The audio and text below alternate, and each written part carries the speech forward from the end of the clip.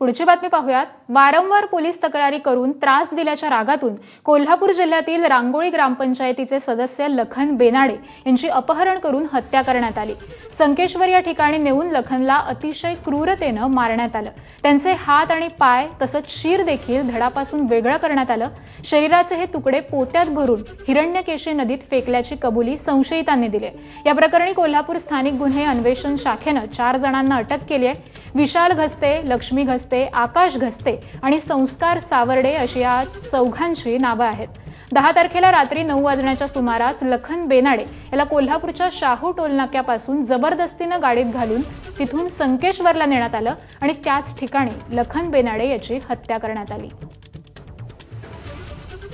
10 तारखेपासून लखन बेनाडे म्हणून एक माणूस मिसिंग होता आणि आज रोजी एक इन्फॉर्मेशन आले आहे। त्यानुसार आम्ही गावबाग पोलीस स्टेशनमध्ये 10 FIR दाखल झालेले आहे। 2025 राजारामपुरी PS मध्ये तो CR नंबर म्हणून तो CR नंबरमध्ये एक गुन्हा दाखल झालेला आहे 1031 मर्डरची अनुषंगाने।